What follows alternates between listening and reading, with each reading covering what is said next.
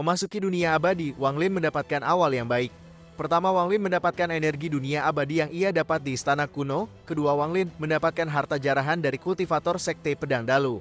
Salah satu harta rampasan dari kultivator Sekte Pedang Dalu itu ialah sebuah token untuk melakukan teleportasi ke beberapa tempat yang sudah ditandai. Wang Lin pun mencoba berteleportasi dan pindah ke tempat lain. Tempat yang Wang Lin datangi ialah sebuah runtuhan di sebuah gurun. Begitu masuk ke sana, Wang Lin melihat ilusi bagaimana tempat yang dulunya makmur menjadi wilayah terbengkalai setelah pertempuran hebat. Di saat Wang Lin masih merasakan jejak-jejak pertempuran, sebuah serangan menghampiri Wang Lin. Serangan ini berasal dari wanita Red Butterfly, ia ada di tempat yang sama dengan Wang Lin. Begitu mendapat serangan kejutan sebagai tindakan pertahanan diri, Wang Lin mengeluarkan kata petir miliknya. Bola petir dari katak itu bertabrakan dengan bongkahan es wanita Red Butterfly. Setelah serangan pertama gagal, wanita Red Butterfly berbicara kepada Wang Lin. Ia menanyai Wang Lin tentang identitas Wang Lin. Wang Lin jelas tidak memberikan jawaban apapun, alhasil wanita Red Butterfly menyerang dan terjadilah pertempuran di antara keduanya. Konsepsi wanita Red Butterfly ini ialah wilayah tanpa emosi, dibalut di pedang terbang itu menargetkan Wang Lin. Sebagai balasan, Wang Lin memanggil bendera larangan miliknya lalu berteleportasi ke belakang wanita Red Butterfly untuk meluncurkan serangan. Dua serangan antara Wang Lin dan wanita Red Butterfly saling bertabrakan. Dalam serangan ini, Wang Lin terpukul mundur lebih jauh karena perbedaan tingkat kekuatan. Tapi wanita Red Butterfly bukannya tidak terkena dampak. Wang Lin yang terkena serangan wanita Red Butterfly merasakan konsepsi tanpa emosi. Hal ini seolah-olah membuat Wang Lin melupakan keluarga dan orang yang ia cintai. Namun untungnya, konsepsi hidup dan mati Wang Lin dapat menghilangkan efek dari konsepsi tanpa emosi wanita Red Butterfly. Setelah menghilangkan konsepsi itu, Wang Lin berkata kalau cinta dan orang tua tidak akan pernah dapat dihilangkan darinya, meskipun itu kehendak langit. Setelah perkataan Wang Lin ini, pertarungan terhenti. Wang Lin mundur bersama katak petirnya. Wanita Red Butterfly merasa Wang Lin memiliki konsepsi aneh dan sangat berbahaya, oleh karena itu Wang Lin tidak boleh dibiarkan hidup. Wanita Red Butterfly pun kembali mengejar Wang Lin. Wang Lin yang dikejar oleh seorang Soul Formation tahap akhir memikirkan cara untuk melepaskan diri, dan Wang Lin baru teringat cetakan tangan raksasa yang ia jumpai dan pernah rasakan. Wang Lin pun mencoba melakukan gerakan seperti cetakan tangan itu. Wang Lin naik tinggi ke langit dan menekan tangannya seolah ia telah menguasai teknik telapak tangan tersebut.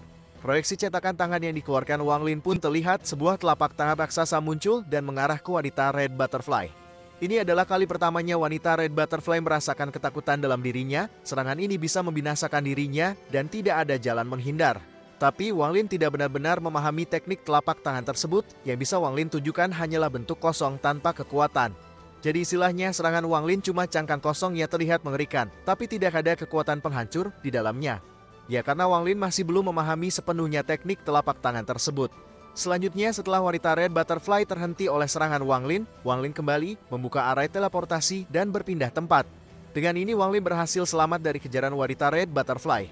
Lanjut lagi, lokasi Wang Lin pindah. Kali ini Wang Lin berpindah ke tempat yang dipenuhi api. Selain tempat yang mirip seperti dunia api, tempat ini juga hampir runtuh. Retakan ruang bisa terjadi kapan saja dan di mana saja. Meskipun itu Wang Lin, ia tidak berani gegabah dan menyusuri tempat ini dengan ekstra hati-hati. Kemudian, setelah menyusuri berbagai tempat, Wang Lin melihat sebuah lubang bawah tanah. Wang Lin tidak masuk langsung, tapi mengamati beberapa hari dulu. Nah, kemudian datanglah dua orang dari Sekte Pedang Dalu. Kedua kultivator ini ada di ranah Soul Formation tahap awal. Kedua orang ini lalu memasuki lubang yang dilihat Wang Lin pun diam-diam mengikuti di belakang. Dari pembicaraan yang Wang Lin dengar dari kedua kultivator itu, gua yang mereka masuki ini disebut juga kuil binatang surgawi. Ini dulunya adalah sarang binatang surgawi. Tujuan mereka di sini ialah mencari energi dunia abadi plus jiwa binatang surgawi. Menurut mereka, tidak semua binatang surgawi mati pada saat bencana, ada beberapa yang hidup dan saat ini dalam keadaan lemah.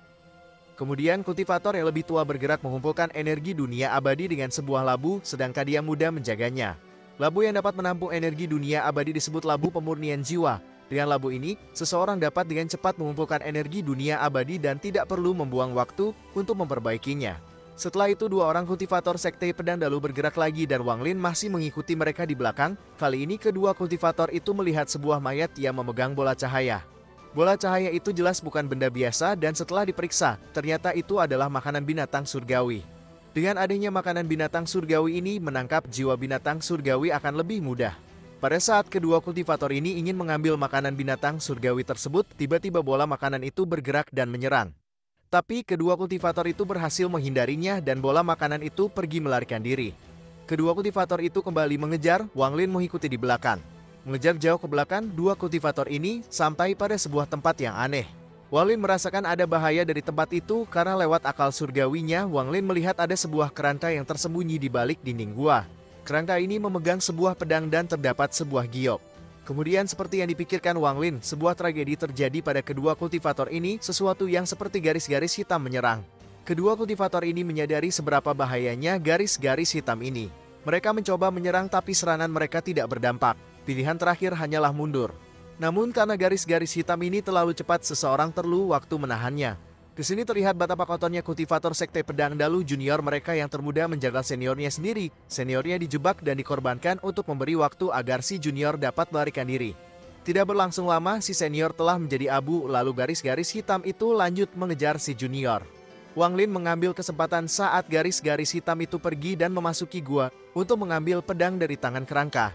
Namun rencana Wang Lin gagal karena kekuatan yang melekat pada pedang itu tidak dapat ditanggung Wang Lin. Alhasil Wang Lin juga kabur melarikan diri, tapi di sini Wang Lin berhasil mengambil sebuah batu giok dari gua itu. Saat Wang Lin membawa batu giok itu, garis-garis hitam yang awalnya mengejar junior dari Sekte Pedang Dalu berbalik mengejar Wang Lin. Nah, bisakah Wang Lin selamat dari bencana kali ini? Tunggu pembahasannya di video selanjutnya. Untuk saat ini di sini saja dulu, terima kasih sudah menonton dan sampai jumpa.